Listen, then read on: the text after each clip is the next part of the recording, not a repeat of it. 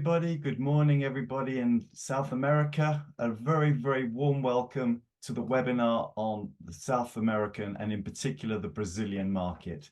My name is Paul Wagner from the Nordic Tourism Collective. We're a not-for-profit tourism community in the Nordic region. And together with our partners at Braztoa, we're delighted to bring you this insight into this really important and exciting market down in Latin America. And we have an amazing panel with us today, all the way down, mainly from Brazil. And I'll be delighted to introduce you to them in a second. Can I just ask if anybody wants to make any questions to our panelists, please go to the Q&A button at the bottom of your screen and put your question in there, and we'll try to get to as many as possible at the end of the webinar. Now I'd like to introduce you to the wonderful panel. First of all, Fabiano Camargo from the tour operator CT Operadora. Hi, good morning, Fabiano. Also to Carlos Antunes from TAP Portuguese Airline. Good morning. Good morning. Roberto Nedelciu, owner of Raidho Viagens Turismo. Good morning, Roberto. Artur Andrade from Panrotas in Brazil. Good morning to you.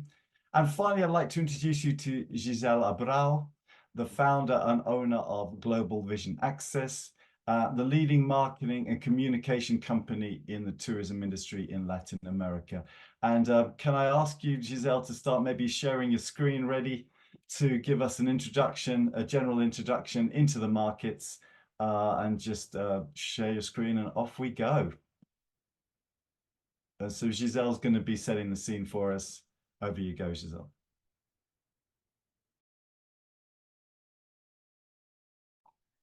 Good morning everyone. Actually, good afternoon to you, right? Everyone in Europe, it's good afternoon. Thank you for having us here, Paul. We are extremely excited. We have an amazing panel and ready to share some information with you. I believe that we all must agree that, you know, like Warren Buffett once mentioned, risk comes from not knowing what we are doing. And we are here to try to help you know what you do when you go to the Brazilian market, tap into the Brazilian market. We have a great panel here, and I will please ask my colleagues here from the industry to join me anytime. If I forget a good information or important information that we must share, please just come in and add to it, okay? We should make sure that everything is said. Let's start a little bit with an overview of the Latin American market. And I always, as a daughter of a father and mother math teachers, I always like starting with numbers. Not because, you know, they are the only important thing, but they help us to understand the potential we have. When you talk about the population of the 5 top markets in South America and Latin America, so let's consider Argentina, Brazil, Chile, Colombia, Mexico. We are talking about 460 million people combined. And then it is a big market, but we all know that it's not all these 460 million that travels or have the opportunity to. So let's be very conservative here and see what is 0.5, not even 1%. If less than 1% of the population travel internationally, especially in our case, when we are talking about going to Europe, we are talking about more than 2 million people. That is still a good market. But the reality is that only in 2023, more than 30 million people from those 5 top markets traveled internationally. So we are talking about a massive opportunity for the European company to get some business out of this market. Let me see if I can change here. So we know that we're far away, but we have good, stable countries here. Some economic challenge, but still good number in population and great GDP, like the economy runs. So we should be looking at that and not missing the opportunity.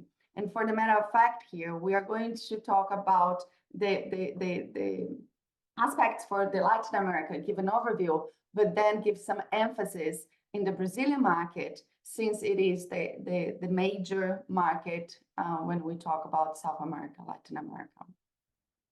So some travel highlights here. When we look at the numbers in 2022, we already saw major increases in the recovery for all these major, the 5 top markets in Latin America. So Argentina had the travel numbers increased by 74% compared to the previous years. The expenditure in Brazil was up by 68%, which is really good because we don't want only numbers in quantity, but quality.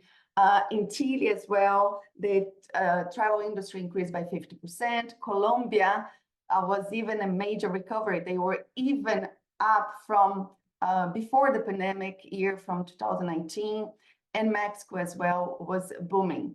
These are numbers from 2001, 2002, but 2022, but 2023 continue to grow. Now, when you talk about the cultural aspects and some interesting profile of the markets there, main reason to travel, it's very peculiar because the numbers are very balanced. 28% looking for new and exotic experiences, 27 focus on creating good memories, 25 it's looking to recharging energy through new adventures. They look in a destination. When they are looking for a destination, they look for wellness. Brazilians specifically, they look for shopping, culture, nature. Very interesting numbers here. It's when they look for travel ideas. So travel agencies are still the main source of recommendation for travelers. Airline sites, it's also a major influence. Hotel sites, physical travel agencies, and of course, social media and digital tools. Curious fact here that is not very normal when you look at into other markets. Latin Americans, they usually have a set budget. 53% of the travelers, they have a set budget.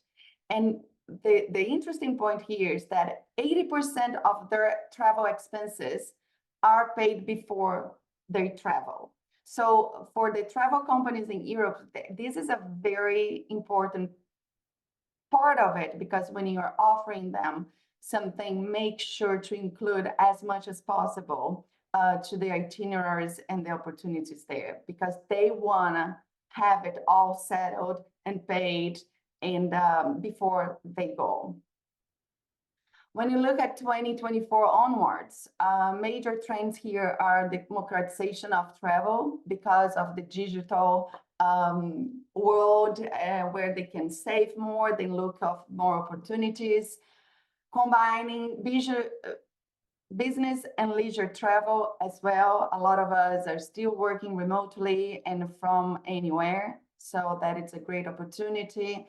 Destinations inspired by media, so content platforms are huge and must be looking at. Environmentally conscious travelers, some markets more than others, but every single market it's moving towards that path, and something to look into. Outlook for 24, travel remains a priority. We are seeing that numbers still, they're still growing when it comes to quantity and quality, arrivals and revenues. Carbon taxes, visitor taxes, mandatory climate rules will place some limits, but not restrain them from traveling. Travel and travelers will become more responsible and sustainable. Longer and slower tours and continuous changing seasonality. I think we are going to tap into that more in detail in a little bit. So that is about the Latin America overview, Paul. Thank you very much, Gisele. Thanks for the great insight into generally into the market. Can I just put a couple of questions to you and the panelists? The general spend in destination, I think that's very important for our audience. Would you say that generally the travelers from your region spend a good amount of money on the shopping, on the coffees, on the meals when they're on their holidays? Are they maybe good spenders, would we ask?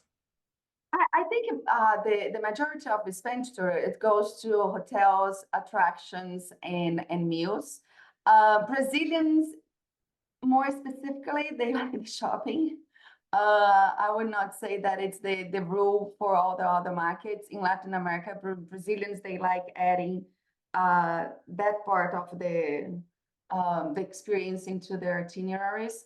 But and I please, some of you, if but when you check when you put together the itinerary, most of expenditures would be in experiences, attractions, and meals and accommodations. Super, thank you very much. I want to come on to the subject of seasonality before we do. It's very interesting for European markets. We're all very focused on when the different markets are coming into Europe. And for the seasonality in your markets in South America, when is the sort of key holiday times for the outbound market? And maybe Carlos at TAP, maybe I could direct this one to you. There's obviously very good flight access all year round. Are you trying to encourage more off-season travel to Europe? Give us an idea of when the key times are to travel to Europe. Hello, everyone. The typical seasonality, high season, is during the holidays of the Brazilians. It's July, August, and then December and January. But what we've seen in the last few years was no seasonality at all. People would travel whenever they could take some time off, whenever they had disposable income, disposable time, traveling all year round. Keeping, of course, that July, August, and December, January are still the periods of the year where where airlines and hotels are more pressed with demand. We are seeing, however, a change in behavior this year in terms of mass tourism in volumes, passengers. We had a carnival seasonality, which we didn't have for the last 2-3 years since COVID, which was lower demand before carnival, and then a peak in carnival, and then the continuation of the demand. That's part of the reason why in Brazil people used to say that the year starts only after carnival. It used to be like that, but not in the last 2-3 years. And now we're seeing maybe demand going back to the new normal that resembles the old normal with demand differences in terms of seasonality. Super, thank you. And obviously it's music to all our ears in Europe to hear the words December, January, and February time, presumably as key seasons for the market. So thank you very much for that. Okay, Gisele, do you want to continue with a little bit? Can I just add something to it as well, that I think it's important, because we keep focusing on, all the changes that have happened after COVID. But I think it's important to mention that some change also happens because what we do. So, for example, I like bringing an example about Norway. Seasonality for Norway was just during summertime, and then summertime circuits is Scandinavian, and then because of education and participation in the market and a construction that like they were building their presence here.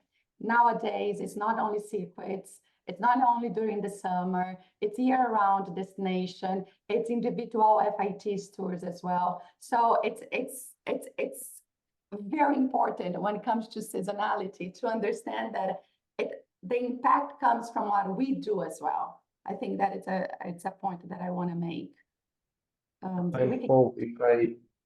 If I might add as well, and when we talk about the high-end market, I think the wave hasn't broken yet after the pandemic. They are still traveling like crazy. When we see the high-end classes like business classes or premium economy, they are almost always full, and Carlos can verify that it's hard to get. And we are seeing that they are traveling year-round still without a specific seasonality, of course, with a lot of interest in the summer. times, but we can see year round a very high demand for those type of clients. Fabiano is totally right. We see business class demand all year round, and high-end leisure used to travel anytime and continue to do so. And that's really important for us here in Europe. I mean, there's a big focus on the high-end market in many areas, if all areas of Europe. It's a big focus for many national tourist board strategy for the year. And of course, a lot of the travelers that come out of your region are more on the high end than not. So I think it's very important that people realize the potential of that segment as well. We will come on a little bit later to talk a bit more about the grouped versus FIT very shortly. But Gilles, maybe I can ask you to continue with the Brazilian market. Yes, let's go here. It's And I'm still sharing the screen now. No, could you reshare it? That would be great. Perfect. Here we go. Just let's talk about the Brazilian market. Specifically, everybody likes to know the expenditure, right? The highest revenue market, because it's worth it investing there to get the return on investment. So the Brazilians, they are good spenders. In 2023, they spent about $14.5 billion on travels, which is great, and it keeps increasing every year. When you talk about accessibility, we do have great accessibility from the Brazilian market to everywhere. And if here we just point out about like Europe, you see the numbers. We have about 297 flights a week. That would account for more than 90,000 seats per week to Europe. So there is a good offer here to tap into as well. Trade structure, we do have our association that's equivalent to a TOA in Europe, that is the Braztoa. We have here Fabiano, the president of Braztoa, with us. And here are some numbers. So they have 80 members, where 59 of them are tour operators and 29 travel companies, destinations and travel partners. It's interesting. I added this map to the presentation because we all know that Brazil, it's massive. And it's very interesting to see how the trade structure is distributed in Brazil. We do have the majority of the travel structure in the southeast and south of Brazil. However, it's important to see that other regions, even though they are not as in numbers as big as the southeast, they still have their office there, but they are very potential because travelers there are very affluent. So it's important to see how they are distributed. Now, they also had a research done, Braztoa had a research done asking about the type of tours they sell the most. And here you see like the top would be cultural tours, beach, luxury, culinary experience, wellness, romantic, religious. It's a big thing in Brazil too. It's growing. Cruises, eco-adventure, and there we go. So sports, LGBT. So here's interesting how it's divided and allocated. Gisele, if I can point two things out as those numbers are from Brazil. The first thing is that I see a very potential into Europe for religious, especially now with Israel being difficult. We are seeing that the religious groups are still traveling. They weave from Israel to other destinations. So a lot like Fatima, Rome, and others destinations may grow in Europe. And the other thing is when we talk cultural in Brazil, we are not talking cultural of seeing museums. Sometimes they say they're going to Rome and they consider that a cultural because they are visiting a historic city. So just keep in mind that cultural is not literally like museum and or culturally speaking as the Europeans may think about that. We are talking more about knowing people, knowing how it is, even food for them. Sometimes local food are considered like seeing the culture of the country. Gisele, if I may add, this map that you have on the screen, it's really very interesting. It shows that 75% of the agencies are headquarters in the Southeast. We could think that the business only exists in the Southeast, but the passengers are all over the country. TAP has 11 destinations in Brazil, flights from 11 capital cities with non-stop flights to Portugal. And although we do see a concentration of sales in the Southeast because of the headquarters of the travel agencies being in the Southeast, their travel agencies spread it all over the country and passengers. So this is a huge opportunity, not only in the Southeast, but throughout the country. Yeah, and that's why they have like the subsidiaries and representation in all the other regions of the country. Yeah, fantastic. Can I move on? So still on the trade structure, so we have the tour operators, Braztoa, and then we have like the above, the Brazilian Travel Agent Association that counts with more than 2,000 members and are responsible for more than 80% of the travel sales in the market. Good structure.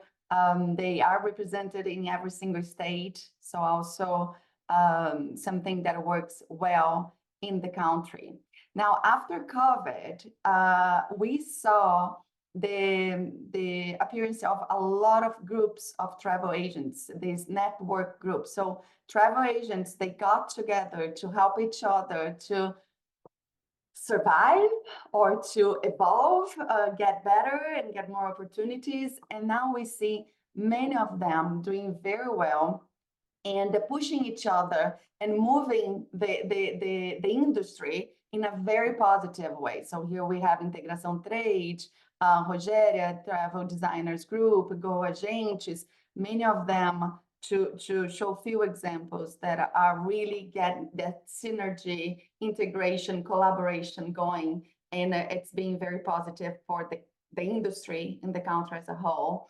And of course, we have travel associations that give all the support and push to the members, that the luxury travel association, Alberto, that's the adventure, EGLTA, it's very strong over there, CLIA, the LGBT Chamber of Commerce, and of course, Braztoa. So when you think about that, it is a new industry in the country, but it really good, well structured. And that brings a lot of opportunities for the ones that are coming from abroad. Now we have several major events in Brazil for different segments. So we have for luxury, we have just for networking and business focus. We have the WTM, Festures, for the MICE, for the ski. So, and the majority of them are in São Paulo because of the infrastructure, the ease of access, the flights get there. So it's easier to get everybody from Brazil and outside of Brazil connected. But some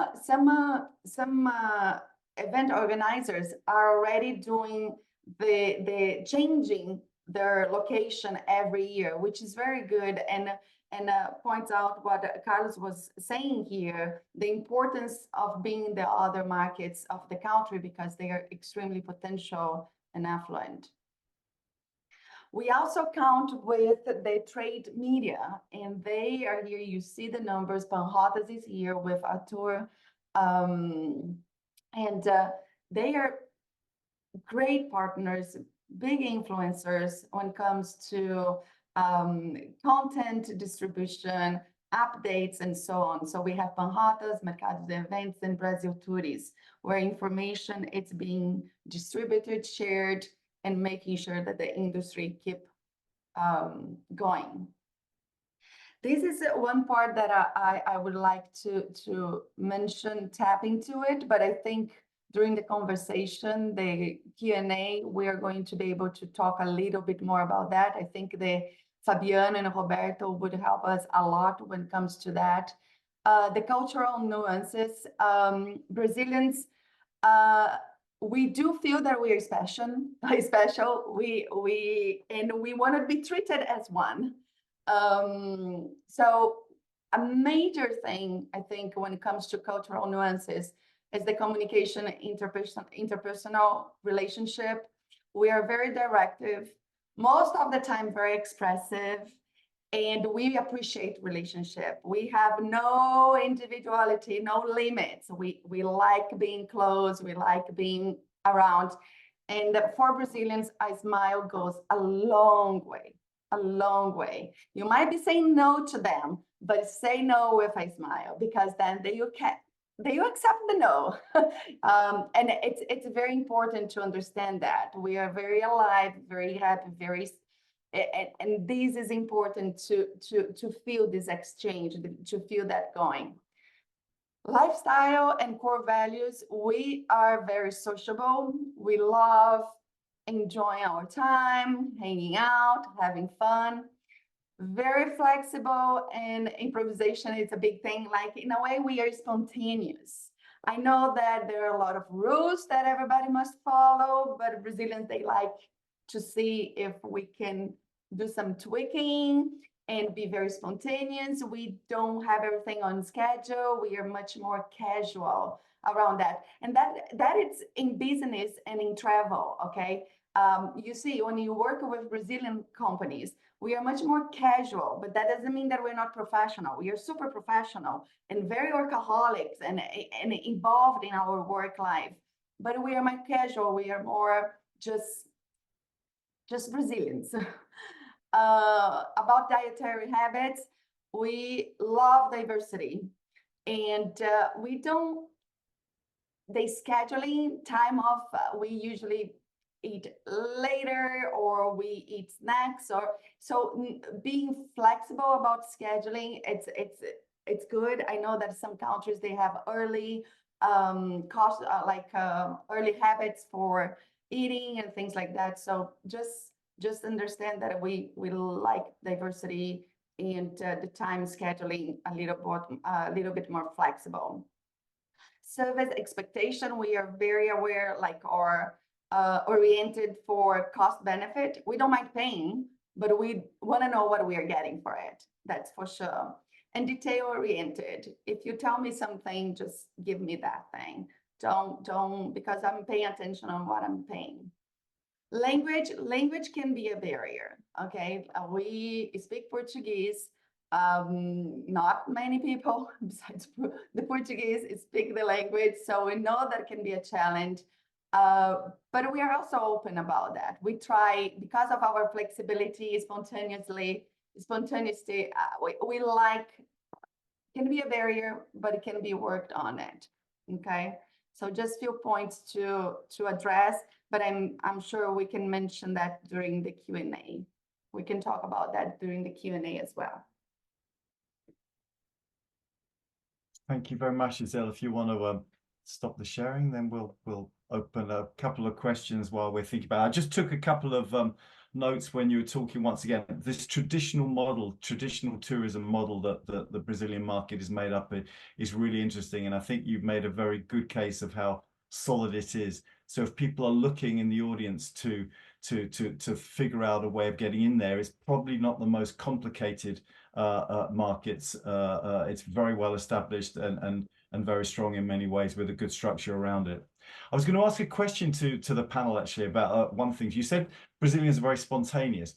How about when they book their holidays? Do they book well in advance of their holidays, or are they kind of very last minute? Anybody interested in answering that? Maybe Roberto, because running your operation, do you find that bookings coming well in advance or not? Good morning, everybody.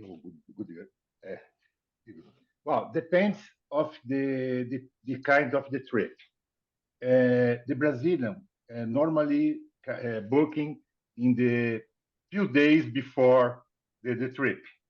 But if it's a trip that is planning for next year or this, they can go like groups. They can do this before. But normally the Brazilians don't like to planning the trip a long time before. Yeah, I guess that's got also something to do with the fluctuation of currency, etc. But that thanks for that one. Can I just move the subject a little bit to the group segment and FIT, because we know that the Brazilian market traditionally had a huge amount of European group circuits, ad hoc MICE groups that made up the main part of the Brazilian market.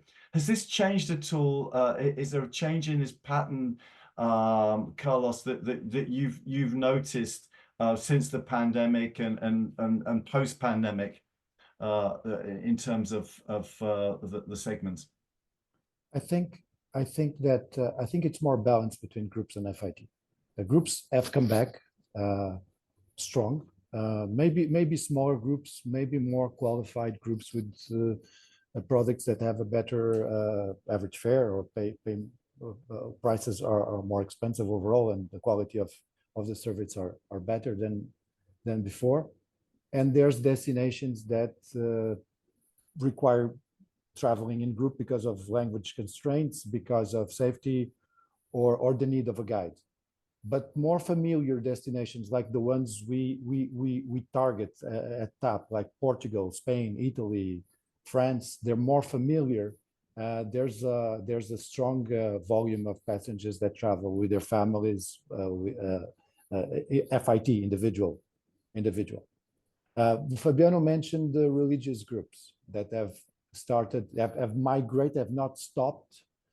Jerusalem is a big group destination, maybe the biggest group destination for the Brazilians, and the traffic has migrated as a group to other religious destinations like Portugal and Fatima and the Vatican in Italy. Thank you. No, very interesting. All those points. I mean, obviously, the way the geopolitics comes into a lot of these questions, but it seemed to me from listening to you guys that maybe the Brazilian market is pretty resilient. So rather than not travel, if they can't go to Jerusalem at the moment, they look. So would you say? Maybe I can address this to you, Artur. Would you say that the Brazilian market is resilient, or is it a sensitive market? It's very resilient, and after the pandemic, the group is an example. Everybody thought nobody's going to travel in groups anymore, and groups, it's very consistent. It's very strong in Brazil now. I just talked to a CVC director. CVC is the biggest tour operator here, and they say in Europe, circuits is the #1 product. So it came back very strongly. It also, what changed after the pandemic, and I think it's important to say, is in terms of distribution. After the pandemic, the consumers went either to the travel agencies or to the direct suppliers to buy direct to the suppliers, because the OTAs will have very serious problems with two OTAs in Brazil. It was very difficult to talk to OTAs, so the consumers went to travel agencies and to the direct to the consumer. Focusrite has a research and a study saying that the direct to consumer will grow a lot in Brazil, but also the travel agencies will be very strong because, as Carlos said, when they go to Europe, they feel comfortable to visit Rome, to visit Lisbon, but they want to know what to do, and there is so many information in the internet, and the advisory of a travel agency is very recommended. So I think it's a resilient. Everybody wants to travel more than ever. It's a trend after the pandemic, no matter what time of the year. So I think Brazil's travel industry is very resilient and very big. I would also like to make a remark on the flights that Carlos was telling, that TAP has flights from like 11 cities in Brazil, but we still have the flights concentrated in São Paulo and Rio. 80% of the international flights, they are in São Paulo, 60%, and Rio like 20%. So and there is money and there is people willing to travel around all over Brazil. The agribusiness is very powerful in Brazil. They have money, they don't know how to travel sometimes. That's why we see the groups coming back a lot. We see some travel agents, some tour operators organizing tours for women to travel together. That's a very growing opportunity too in Brazil. Yeah. Artur, we don't need more flights from the competition in these cities. We are serving these cities very well, thank you. We do, Carlos. We've done so well to keep the conversation away from our own businesses, but thank you very much. That's really interesting. Gisele, please go ahead. So let me just, Artur said something very important. He said they are very resilient, but very big. And here I want to just step into the big. It's a massive market, and we cannot be blind by generalization, okay? So for example, he mentioned CVC, that is the biggest travel company in Brazil, and their business are group circuits group. So it's amazing that it's going up because it's moving the company and growing. But it's so many other companies, Teresa Pérez, Raidho, CT Operador, they are not focusing, they don't focus on group, they focus on quality, not necessarily quantity, number of travelers, but how they travel. So don't be blind by generalization, because there are, it's huge, it's very diverse, the interest, you cannot just label the Brazilians and say they like that, they like beach. If 1% of the Brazilian like snow, you're talking about more than 24 million people. And you cannot just ignore that, you know? So that is very important for when companies are entering the market and trying to get a business. Don't go for what it's specific, like basic and labeled. Brazilians, yes, we do like beach. And we travel to beach. So we do have the most amazing ones, but we go to other ones. But it's not only that. Yes, we like the warm weather, but we like snow, we like experiences. So we go so that is important, very important to mention. Don't be blind by generalization. Don't label us, because we are mutts. We are a mix of everywhere, everyone, everything. And that is a huge opportunity for whoever wants to enter the market. Understand that we are nice mutts and we spend a lot. Fantastic. Complete what Gisele said.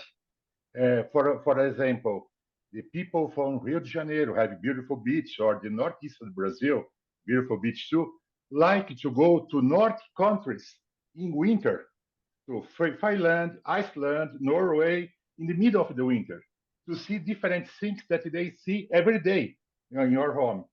You don't come say the Brazilian like this, the Brazilian like everything. You have a public to sell everything.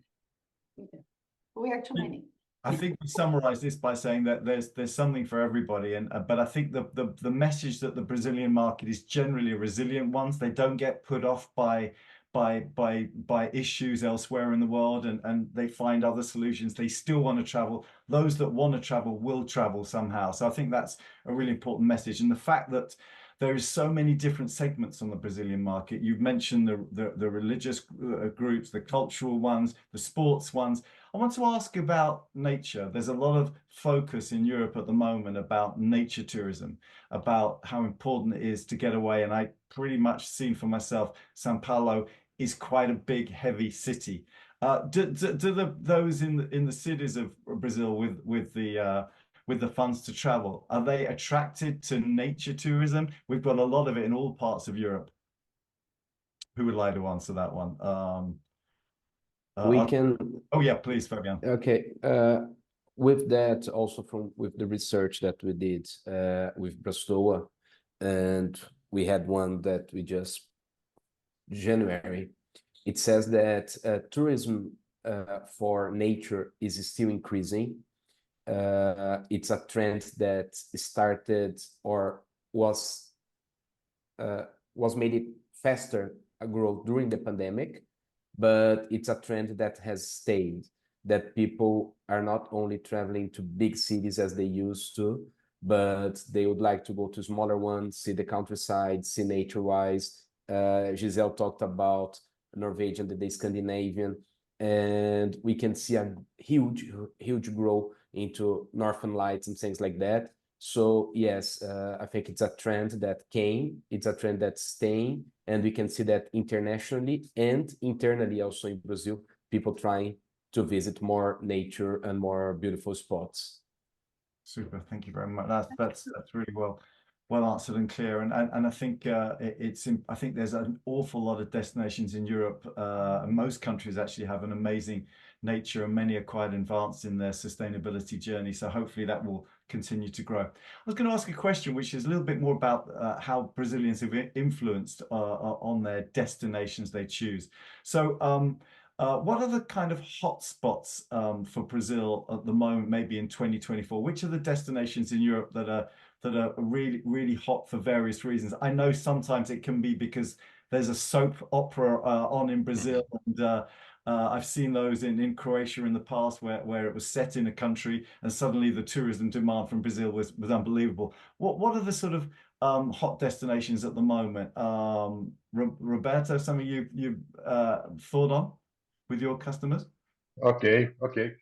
To let my friend Carlos happy, the first hotspot is Portugal, because the language, because the affinity that the Brazilian have, the long affinity with the European destination.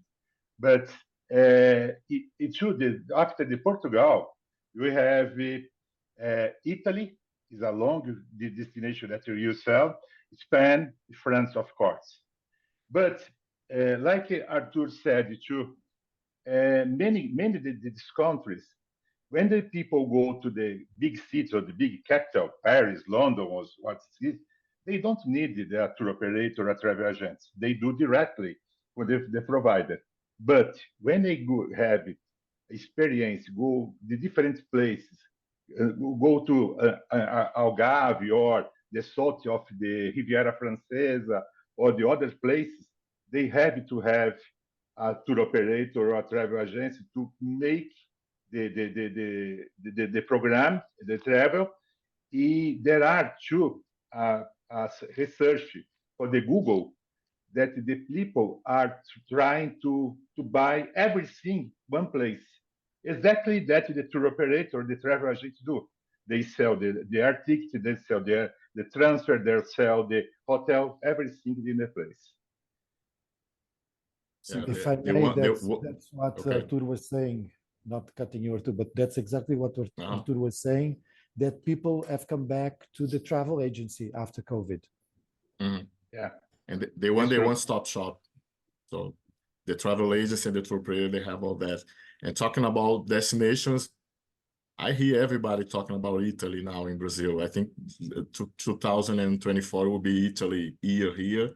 The hotels are full. People cannot find the White Lotus Four Seasons that is very popular here now.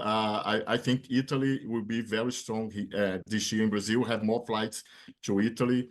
But also, like Roberto said, the secondary or the new countries, like Gisele said, Scandinavia, Iceland. I see many people looking for Iceland because it's new, it's unique, it has experience, it's Instagrammable. Brazilians love to show in Instagram where they are. They are influenced by Instagram too. So it's very important to see these big, beautiful scenarios that attract this kind of traveler.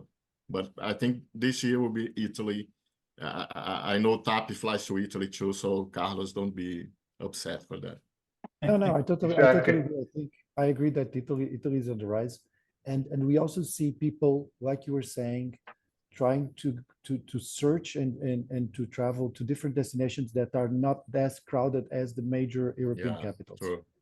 Yeah. I'd like to complete the involved destinations, the trends. I think the North countries like Iceland, Finland, Sweden, Norway, the Denmark is increased. The Eastern Europe, Croatia, Hungary, the Czech Republic, the Bosnia and the Herzegovina is increased. The third place that is increased a lot is the Balkan Peninsula. Montenegro, Albania, Bosnia is this places that is increased a lot. Is a new trend in Brazil. Gisele, I think to make it just a little easier to understand, I think there is one point that is very basic that we could start from. If they know, they go. And this is what happens to Portugal, to Italy, to France, to Spain. They know a lot about the destination, and they know the diversity of attractions, what they have to offer. They go. And so I think the challenge here, or the opportunity here is to have that content, other destinations in Europe, other travel companies in Europe, to bring Brazil talking about what they do, what they have, what they offer. Because once Brazilians know, they go. In the market, influencers work very well. You get one influencer that goes to Maldives, there is an invasion of Brazilian in Maldives. You have one influencer that goes to Porto. Everybody forgets about Lisbon, goes to Porto. There is an influencer, or not only influencer, but a TV show or a soap opera, or it's, when they learn about the destination, when they learn about what is there to offer, they go. So I think that and because they feel comfortable. They feel comfortable, they feel ready to go and purchase. So I think it's... I think that's a very important point, because I would say the number one competitor to Europe is the US, and every week you have a training here in São Paulo for travel agents from Florida, from New York, from Washington, especially Florida. They are here every week, but we don't have European countries or destinations here every week. You have every 2 months you're here, but you have to be here in every trade. Brazil already? Yes, probably. But it's really interesting listening to this, because I think a lot of the audience, we have quite a lot of people in the audience listening from the Balkans, from the Baltics, from the north, from maybe what we would call secondary destinations, who are thinking, wow, maybe there really is opportunity for us. So how would you kind of advise these sort of destinations, or of course established ones and established destinations in the likes of Italy, France, that want to approach the market? What would be the kind of most effective way to tap into the Brazilian market? Would it be to do a kind of road show? Because you mentioned earlier about the importance of not just focusing on São Paulo and Rio, but to maybe take in Greater Brazil. What would you say is kind of the best, maybe first or second approach for these destinations? Anybody? Yes, Gisele. Yes, I would love to, because I work with destinations that want to enter the Brazilian market. So I think like one important thing is not, there are many opportunities, and that you depend on your time, your budget, and your, the structure that you have. You can go to big events or do a roadshow, but that costs a lot. Do you have that investment to be in the WTM Latin America? I think you should go, because it can be work, but it's costly. But it's not because you don't have that money or that budget that you should not start entering the country. I think there are a lot of affordable ways and smart ways, strategic ways to get into the market. Because I don't know, I'm sure here we have amazing professionals that believe that we have to plant the seeds. We will not harvest anything without planting the seeds. So we have to start somewhere. So you can go and start do a partnership online. You can start host someone, an influencer, host a fam trip, or host. You can start in different ways and get your content out there. Digital world, it's beautiful now. It's doing magic. It's working magic. So you need to take advantage of it. Brazilians are connected and very tech savvy. So we need to, that is a good tool. We have enormous amount of platforms that can get your content out there. Training, like Artur was saying, Florida is there every day, pretty much doing a training seminar to travel agents. You can use the platform, online platforms, to do training, to do networking, to do sales campaign, to talk to the tour operators. And you can also be there present, if budget allows, and do some interaction relationship, because that, like we mentioned when we talk about the cultural nuances, Brazilians, they like knowing you, they like having a coffee with you. Once they trust you, they are with you forever. So that is also important. So, but you can start planting the seeds online, getting opportunities going, then going presently, like going there on site, meet with people, participate in different events, because doesn't need to be the major one, can be smaller ones, like even Panrotas. Panrotas has small events everywhere in the country every year that it's smaller, but it's qualified. You can talk to some operators or travel agents right there, right now, and create opportunities. So once again, cannot just label or have a little simple. I know that Europeans are very organized and very good to structure everything. In Brazil, it's completely different. We have to be creative and strategic because the opportunities are out there. So when we match those two ways of doing things, it's beautiful.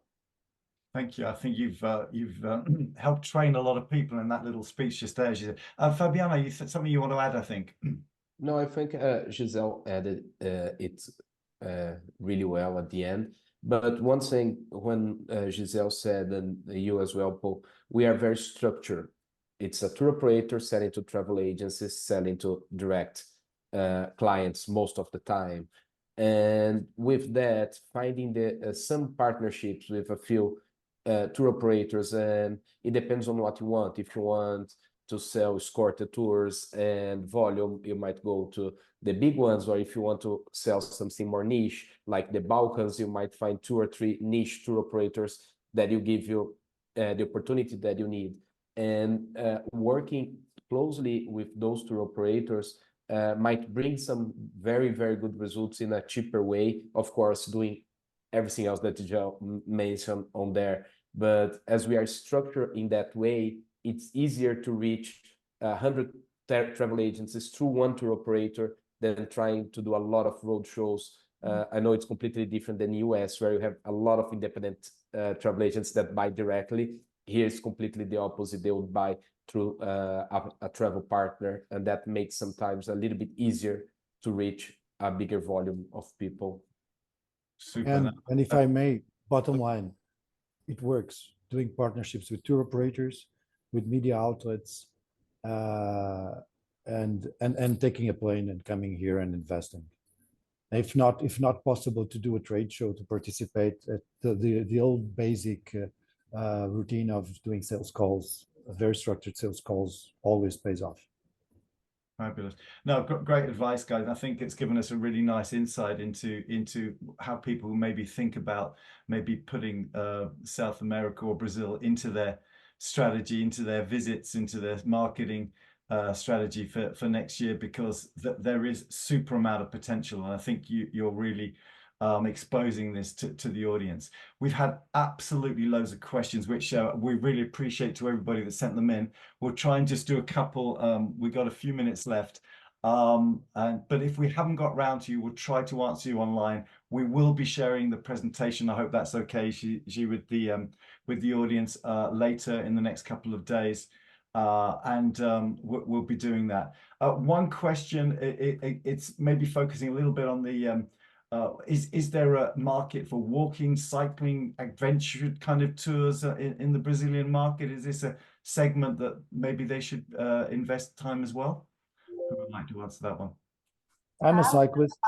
I can do that. Yeah, there's a growing rich market for cycling and tours and Santiago de Compostela and bike rides and bike competitions in Europe.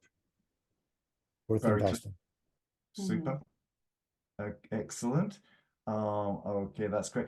Is the trend still multi-destinations when I presume this is group and FITs? Will Brazilians tend to go to quite a few places in one holiday, or is there a trend to more slower tourism once they touch down?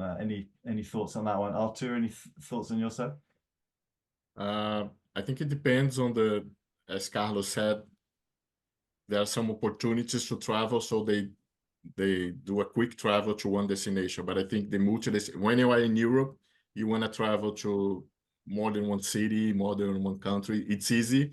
And talking about the niches, if the traditional traveler that goes to the circuits, that go to the main cities, they come easily.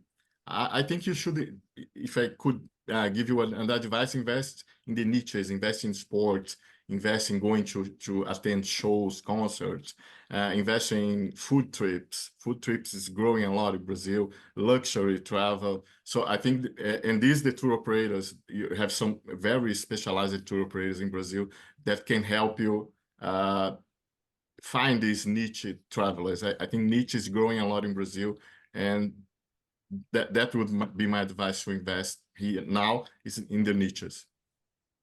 Super. Anybody? Yeah, and just about to add, I think it's a good time to bring back that thing that I mentioned about Norway. It's not because, like, when you talk about trends, it gives the impression that one thing is going better than the other. But it's not because that, for example, in Norway, it's not because people are traveling and doing Norway standalone now that the circuits or the Scandinavian is decreasing. No, the circuit, it's like Artur said, CVC, it's growing. But also the other markets, the other type of trip, the individual travelers, the standalone destination, the one that wants to, it's also growing.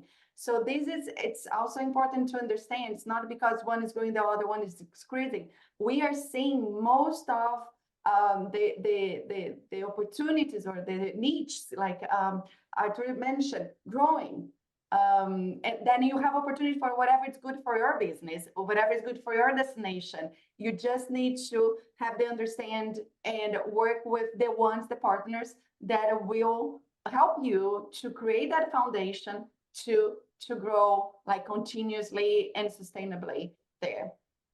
And about multi-destination, most of the airlines have their stopover programs which incentivize the multi-destination, the primary destination, then the stopover. Thank you, Carlos. Well, I've got you here. There's a couple of questions, just a very quick one. Is the prices of air still very high? I'm saying in general, not necessarily for TAP. And is this some obstacle in getting people over, or are the prices not an issue, or are you short of flights? What's the kind of up-to-date sort of situation with the airlines and prices? The prices are still very high. The prices have became high during the pandemic and in recent years, mostly because of inflation of demand, but also because in Brazil, international airline tickets are priced in dollars and sold in reais. And reais, Brazilian real lost 40-50% of its value in 3 years. So they're expensive. Domestic flying is expensive as well. So we're at the new level. I think we need to get used to the fact that airline tickets cost as much as they cost right now. It's an impediment, it's an obstacle. That's why in Brazil, tour operators and agencies and airlines sell in installments, which helps reducing the impact of the cost of the goods. There's always solutions. Even at the moment, the flights are full despite the prices. Fabiano. Carlos, and I'll change a little bit of subject, but I think price point is high, but people are used and they're paying those prices. I don't see that as imperative. But he mentioned the installment plans in Brazil that we have to pay 5, 6, 7, even 12 times the same price as the price that would pay cash up front. And Brazil has and that's why 80% is of prepayments in Brazil. Brazilians love to do installments. They love to do prepayments. And the other thing is that, and I saw a question somewhere about that sending money abroad costs about 6% to every tour operator, and that's Brazilian taxes. And paying by credit card costs 5%. So people prefer to prepay, do the installments plans, rather than paying on their cards and paying 5% more on taxes when paying directly. And that's why the tour operators in Brazil have such a strong role. They are not only working as organizers of the trip, but they are almost like a bank because they have to pay cash up front for the partners, but they do the installments to the clients that would pay with a direct reais value, and we take care of the risk of the flotation and all those things and taxes. So that's very important to mention here.